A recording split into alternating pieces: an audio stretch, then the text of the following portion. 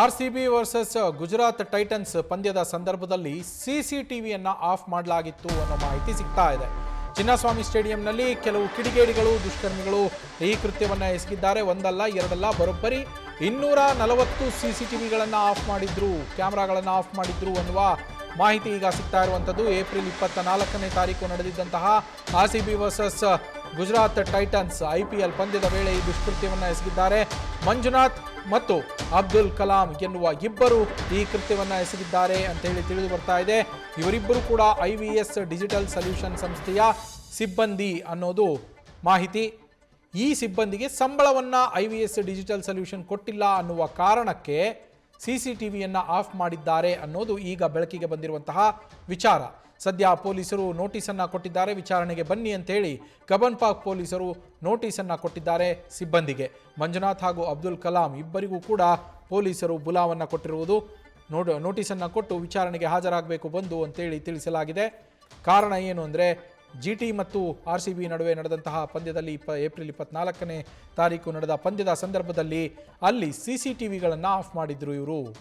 ಚಿನ್ನಸ್ವಾಮಿ ಸ್ಟೇಡಿಯಂನ CCTVಗಳನ್ನು ಅದು ಕೂಡ ಬರೋಬ್ಬರಿ 240 CCTV ಕ್ಯಾಮ್ರಾಗಳನ್ನು ಆಫ್ ಮಾಡಿದ್ರು ಅನ್ನೋದು ಆರೋಪ. ಕಳೆದ ಶುಕ್ರವಾರದಂದು ಪಾಸ್ ಇಲ್ಲದೆ ನಿಷ್ಕ್ರಿಯಗೊಂಡ ಕಾರ್ಡನ್ನು ಬಳಸಿ ಕ್ರೀಡಾಂಗಣವನ್ನು ಪ್ರವೇಶ ಮಾಡಿದ್ದಾರೆ.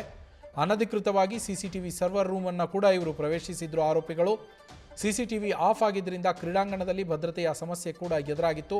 ಪ್ರವೇಶ ದ್ವಾರಗಳು, ಕ್ರೀಡಾಂಗಣದಲ್ಲಿ ಸುತ್ತಮುತ್ತಲಿನ ಕ್ಯಾಮ್ರಾ, ಡಿಕಾರ್ಪೊರೇಟ್ ಸ್ಟ್ಯಾಂಡ್ಗಳಲ್ಲಿನ ಸಮಸ್ಯೆ ಉಂಟಾಗಿದ್ದು.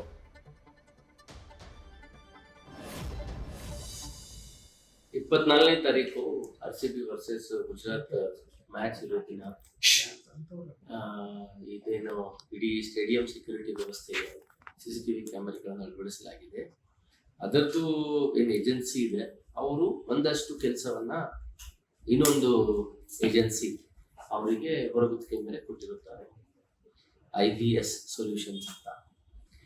IVS ಸೊಲ್ಯೂಷನ್ಸ್ಗೆ ಸ್ಟ್ಯಾಕ್ಯೂ ಇಂದ ಕೆಲಸಗಳನ್ನ ಗುತ್ತಿಗೆ ಮೇಲೆ ನೀಡಿರುತ್ತಾರೆ.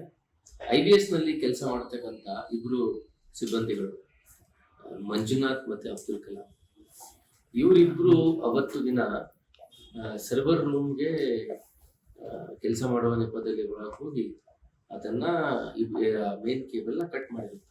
ಅದು ಸುಮಾರು 11:30 ಅಷ್ಟೊತ್ತಿಗೆ, ಬೆಳಗಿನ ಜಾವ 11:30 ಅಷ್ಟೊತ್ತಿಗೆ ಕೃತ್ಯ ನಡೆದಿರುತ್ತದೆ. ಯಾವಾಗ ಇವೆಲ್ಲ ಸೆಟಪ್ ರೆಡಿ ಆಗ್ತಿರ್ತದೆ, ಇಮಿಡಿಯೇಟ್ಲಿ ಅದು ಫೀಡ್ ಬರ್ದೇ ಇರುವಂತದ್ದು ಗೊತ್ತಾಗಿ ಕೆಲವೇ ನಿಮಿಷಗಳಲ್ಲಿ ಅದನ್ನ ಸರಿಪಡಿಸಲಾಯಿತು. ಇವೆಲ್ಲ ಕೆಲಸ ಗೇಟ್ ಓಪನಿಂಗ್ ಕಿನ ಮುಂಚೆನೆ ಸರಿಪಡಿಸಲಾಗಿತ್ತು. ಅಂದ್ರೆ 3:30ಗೆ ನಾವೇನು ಗೇಟ್ಸ್ ಓಪನ್ ಮಾಡಿಸ್ತೀವಿ ಅದಕ್ಕಿಂತ ಬಹಳ ಹೊತ್ತು ಮುಂಚೆನೆ ಇದೆಲ್ಲ ಸರಿಪಡಿಸಿ ಮತ್ತೆ ನಿತ್ಯ ಕ್ರಮಗಳನ್ನ ಏನ್ ಭದ್ರತೆ, ನಮ್ಮ CCTV ಇಂದ ಫೀಡ್ ಬರೋದು, CCTV ಮೇಲೆ ನಾವೇನಾದ್ರೂ ಇನ್ಸ್ಟ್ರಕ್ಷನ್ಸ್ ಕೊಡೋದು ಎಲ್ಲ ಡಿಟೇಲ್ ಆಗಿ ನಡೀತು. ಇದನ್ನ ಹಿಂದೆ ನೋಡಿದಾಗ ಯಾಕಪ್ಪ ಕಟ್ ಆಯ್ತು ಅಂತ ನೋಡಿದಾಗ ಇವರಿಬ್ರು ಹೋಗಿ ಕಟ್ ಮಾಡಿರುವಂತದ್ದು ಯಾವಾಗ ಸ್ಟ್ಯಾಕ್ಯೂ ಅಂತ ಏಜೆನ್ಸಿಗೆ ಗೊತ್ತಾಯ್ತು, ಅವ್ರ ಕಡೆಯಿಂದ ನೆಕ್ಸ್ಟ್ ಡೇ ಬಂದವರು ಒಂದು ಕಂಪ್ಲೇಂಟ್ ನೀಡಿರುತ್ತಾರೆ, ಈ ರೀತಿ ಇಬ್ರು ಅಲ್ಲಿ ಒಳಗಡೆ ಹೋಗಿ ಕಟ್ ಮಾಡಿರುತ್ತಾರೆ ಅಂತ. ಸೊ ಇದ್ರ ಮೇಲೆ ಈಗ FIR ಆಗಿದೆ. FIR ಆಗಿ ತನಿಖೆ ನಡೀತಾ ಇದೆ. ತನಿಖೆನಲ್ಲಿ ಈಗಾಗಲೇ IVS ಏಜೆನ್ಸಿಗೆ ಸಂಬಂಧಪಟ್ಟಂತೆ ಯಾರು ಮ್ಯಾನೇಜರಿಯಲ್ ಲೆವೆಲ್ ಅಲ್ಲಿ ಇದ್ದಾರೆ, ಯಾರು ಇನ್ಚಾರ್ಜ್ ಇದ್ದಾರೆ, ಸೂಪರ್ವೈಸರ್ ಲೆವೆಲ್ ಇದ್ದಾರೆ, ಅವರನ್ನೆಲ್ಲ ಕರೆಸಿ ಇನ್ಕ್ವೈರಿ ಮಾಡ್ತಾ ಇದ್ದೀವಿ. ಯಾರಿಬ್ರು ಸಿಬ್ಬಂದಿಗಳು ಒಳಗೆ ಹೋಗಿದ್ರು IVS ಇಂದ, ಅವ್ರನ್ನ ಸಹ ವಿಚಾರಣೆ ಮಾಡಲಾಗುತ್ತದೆ. ಇದು ಏನಾಗಿದೆ, ಇಲ್ಲಿ ತನಕ ಬಂದಿರೋ ಮಾಹಿತಿ ಪ್ರಕಾರ ಮೇಲ್ನೋಟಕ್ಕೆ ಅವ್ರ ನಡುವೆ ಹಣದ ವಿಚಾರದಲ್ಲಿ ಭಿನ್ನ ಅಭಿಪ್ರಾಯ ಉಂಟಾಗಿದೆ. ಯಾರ್ಯಾರಿಗೆ ಎಷ್ಟು ಹಣ ಕೊಡಬೇಕಾಗುತ್ತೆ, ಸೊ ಹಣ ಪಾವತಿಸ್ಲಿಕ್ಕೆ ಸ್ವಲ್ಪ ತಡ ಆಗಿದ್ದಕ್ಕೆ ಈ ರೀತಿ ಆಗಿರುವಂತಹದ್ದು ಮೇಲ್ನೋಟಕ್ಕೆ ಕಂಡು ಬಂದಿದೆ. ಎಷ್ಟು, ಏನು, ಎತ್ತ, ಯಾವ ಕೆಲಸ ಏನಾಗಿದೆ ಡೀಟೇಲ್ಸ್ ನ ಬರ್ತಾ ಇದೆ. ಈಗ ಸಿನ್ಸ್ ಇಟ್ಸ್ ಲಾಂಗ್ ಸೀಸನ್, ಬೇರೆ ಬೇರೆ ಕೆಲಸ, ಪ್ರತಿ ಮ್ಯಾಚ್ಗೆ ಚಾರ್ಜಸ್, ರೆಂಟಲ್, ಇದು ಅದೆಲ್ಲ ನೋಡಿ ಯಾರು ಎಷ್ಟು ಹಣ ಬರಬೇಕಾಗಿರುವಂತದ್ದು ಲೆಕ್ಕ ಆಗ್ತದೆ. ಸರ್, CCTV ಫುಟೇಜ್ ಕಟ್ ಮಾಡಿದ್ರು ಸರ್, ನಿಮ್ ಗಮನಕ್ಕೆ ಯಾವಾಗ ಬಂತು ಮತ್ತೆ ಅದು ಸರಿ ಹೋಗ್ಲಿಕ್ಕೆ ಎಷ್ಟು ಟೈಮ್ ತಗೊಳ್ತು ಅಂತ? ಅದು ನಮ್ಮ ಗಮನಕ್ಕೆ ಬರೋಕ್ಕಿಂತ ಮುಂಚೆನೆ ಅವರು ಸರಿ ಮಾಡಿದ್ರು ಈ ಸ್ಟ್ಯಾಕ್ಯೂ ಏಜೆನ್ಸಿನವರು. ಯಾಕಂದ್ರೆ ನಮ್ಗೆ CCTV ಫೀಡ್ ಬೇಕಾಗಿರುತ್ತೆ, ಗೇಟ್ ಓಪನ್ ಆಗಿರುತ್ತೆ.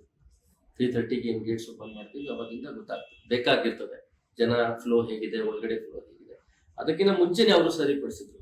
ಆದ್ರೆ ಇದು ಯಾಕಾಯ್ತು ಅಂತ ಅವರು ಮತ್ತೆ ಅದನ್ನ ಪರಿಶೀಲಿಸಿದಾಗ ಹಿಂದೆ ಯಾರು ಟೆಕ್ನಿಕಲ್ ಪ್ರಾಬ್ಲಮ್ ಅಲ್ಲ, ಇದು ವೈರ್ ಲೂಸ್ ಆಗಿ ಬಂದಿರೋದಲ್ಲ, ಅಥವಾ ಕೇಬಲ್ ಬೇರೆ ಕನ್ಸ್ಟ್ರಕ್ಷನ್ ಟೈಮ್ ಅಲ್ಲಿ ಕೇಬಲ್ ಕಟ್ ಆಗಿರೋದಲ್ಲ, ಯಾರು ಬೆಕ್ಕಂತಾನೆ ಕಟ್ ಮಾಡಿದ್ದಾರೆ ಅನ್ನುವಂಥದ್ದು ಅವ್ರ ಗಮನಕ್ಕೆ ಬಂದ್ಮೇಲೆ ಅವರು ಇದನ್ನ FIR ನೀಡಿರುತ್ತೆ.